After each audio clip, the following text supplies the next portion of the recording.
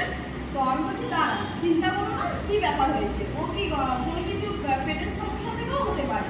তো তখন বলছে যে কি করবো, ডাক্তারখানায় গিয়েছিলাম, ডাক্তার বলছে প্রায় 2000 থেকে 2500 ওষুধ দিতে হবে, এবং মাথার জন্য এবং কিছু খাওয়ার জন্য।